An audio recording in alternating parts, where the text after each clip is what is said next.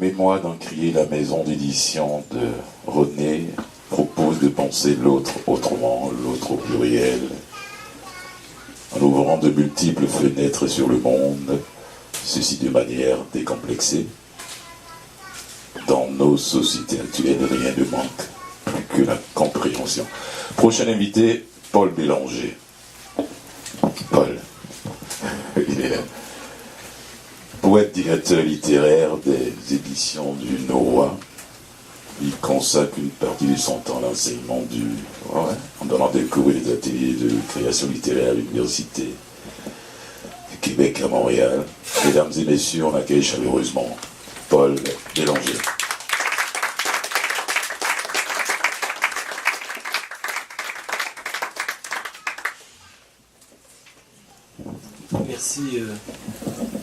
Merci Fulgence de cette invitation.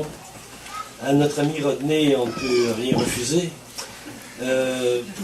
Rodney amène avec lui ce que d'autres amènent, une connaissance du monde que nous ne connaissions pas. J'en parle parce que au Noroît, nous publions plusieurs poètes de consommation, si on peut dire, étrangère, des Iraniens notamment. Et les amis iraniens me disent toujours, tu sais Paul, le Québec est un des derniers lieux où on peut trouver la paix, parce que partout c'est l'enfer. Et je dois dire que mon voyage en Haïti m'a ramené brutalement dans cet enfer. Je ne savais trop que préparer pour cette lecture d'aujourd'hui, lire mes poèmes, je ne sais trop. Mais en tout cas, peut-être lire cette lettre qui est publiée dans Beaujour Voisine, mais pas au complet, puisque elle déborderait le temps qui m'est consacré. Est-ce que je peux baisser un petit peu? J'ai l'impression que je lis dans le nid. Oui, merci. Excuse-moi. Alors d'abord, ces quelques mots. Mon cher Rodney, qu'avons-nous donc semé ce dimanche de mai dans le parc de Martissan que nous visitions à Port-au-Prince et qui est destiné à devenir le premier jardin botanique du pays?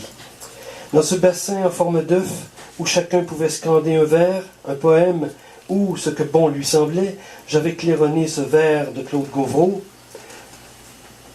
J'ai aucun mérite, c'est le seul que j'ai retenu dans ma vie. J'ai aucune mémoire. Je te veux, enfant bleu, dont les cils ont des ciels pour tenture. Oui, oh, comme je le voulais, ce ciel bleu d'Haïti, cette chaleur qui est mon pays. Ami, frère, qui sait ce que ta vision vient de planter, si ce que ta vision vient de planter germera en un changement culturel des échanges Haïti-Québec.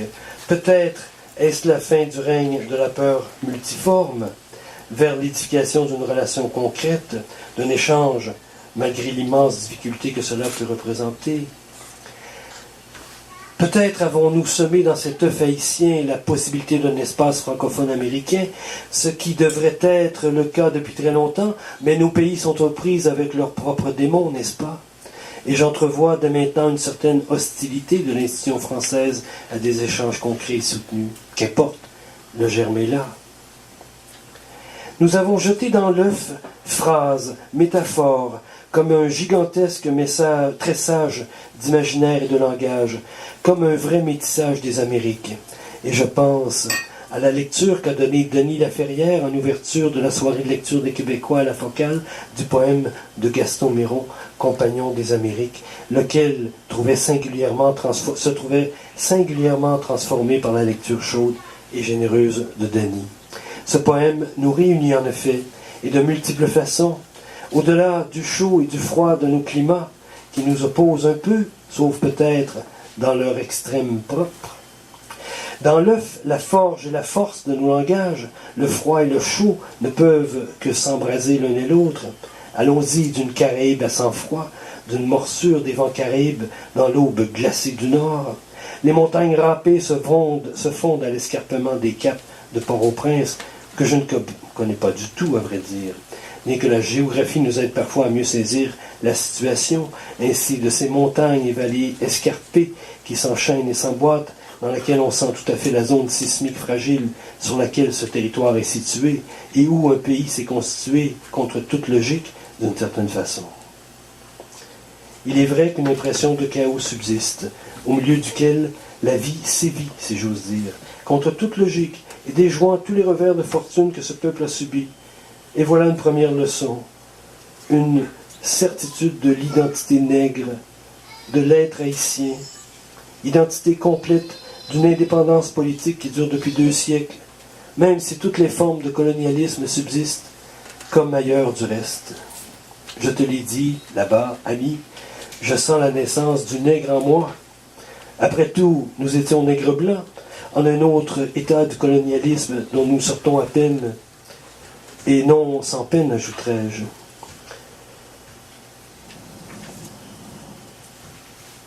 À vrai dire, je suis revenu assommé par ce voyage.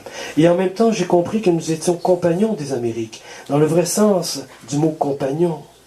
Et pour nous-mêmes, nous devrions laisser entrer plus largement la littérature haïtienne, mais pour le moment, ce sont des relations de l'écart, sur tous les plans, y compris celui de la langue. Nos hystéries, si j'ose dire, par endroits, se recoupent, et je parierais sur la force que nous pourrions générer ensemble. J'ai senti aussi, mais c'est la pure sensation spéculative, un peuple sonner dans son âme, pris dans le vertige de l'action. Il y a une cité en reconstruction, j'en ai constaté les difficultés, et s'achèvera-t-elle jamais? Ils n'ont pas besoin de charité, mais d'un échange formellement vrai et fondé. J'ai eu du mal à revenir de ce voyage, mais sans doute est-ce la même chose qu'en d'autres occasions où pendant une huitaine, chaque jour est occupé, rencontres, déplacements, conférences, lectures, dans un feu roulant qui ne prend fin qu'au retour à la maison, dans la solitude qu'il faut regagner nécessairement. Le lendemain du retour, j'ai fêté le livre de photos que tu nous as remis en Haïti, un livre qui relatait le tremblement de terre et ses suites. J'en ai été remué, pris d'une tristesse pour ce peuple dont la situation m'est d'une certaine façon insupportable. Tant de choses chatoient encore dans la naïveté de mon regard, de doux moments aussi. Ainsi de ce moment avec Lionel Trouillot, à parler politique et littérature, racisme et colonialisme, et où nous avons ri. J'ai ri aussi de ma naïveté, de ce sentiment partagé de notre compréhension. Puis cette sensation de refoulement de la langue de l'autre, qui reste tout de même fascinant, comme une obstination à ne pas voir, à ne pas nous voir ou nous entendre en dehors de certaines représentations folkloriques. Et par un chemin obscur, cette prière, ma prière se vide dans le paysage, en abrupte et en pente, où la route aboutit toujours à un vertige. Cher ami Rodney, je n'oublie rien de ce qui m'a amené là. Longue vie à mémoire d'un crier, que ces rencontres débouchent sur des choses concrètes. Et en terminant ce poème de Gaston Miron, Compagnon des Amériques, lu par Denis Laferrière, mais donne la main à toutes les rencontres pays, toi qui apparais par tous les chemins défoncés de ton histoire, aux hommes debout dans l'horizon de la justice qui te salue. Salut à toi, territoire de ma poésie. Salut les hommes et les femmes, des pères et mères de l'aventure. Et salut à toi, mon bon René, pour toutes ces choses que tu amènes.